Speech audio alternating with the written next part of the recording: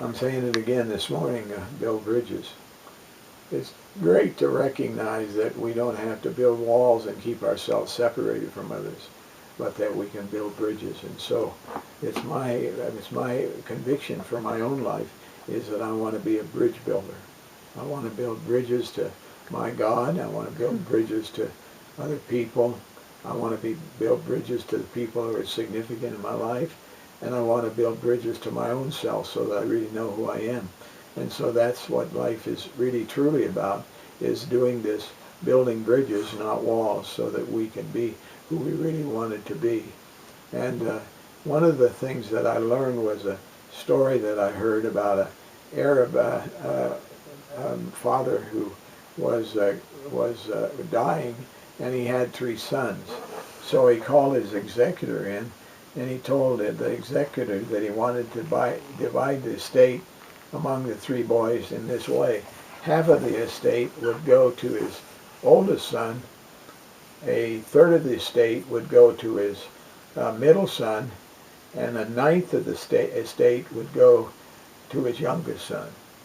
And so when he died, the executor had no problem with dividing the assets of the man, except when it came to the man's camels.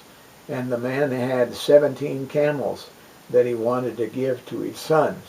And so he discovered, the man, as he tried to apply the formula, he discovered that it was going to be a big problem, because if he divided the 17 camels in half, that would be 8.5 camels.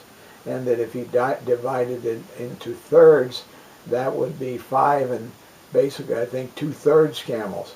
And if he divided it into a ninth, it'd be 1 and 7/9 or something of a camel. So he's going to have to divide 2 camels or 3 camels up, and that would make him of no value to anybody else.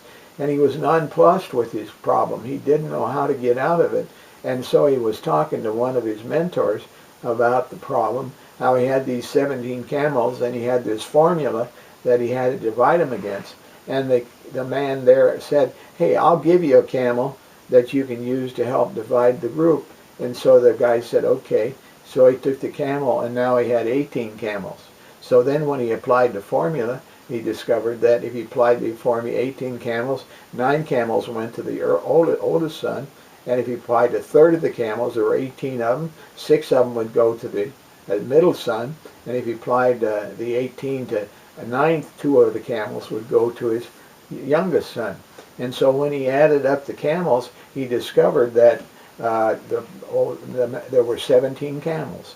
9 camels to the oldest son, 6 camels to the middle son, that's 15 camels, and 2 camels to the youngest son, and so 17 camels.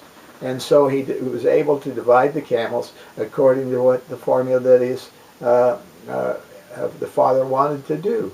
And I discovered, that this is a principle. It's called the 18th camel principle.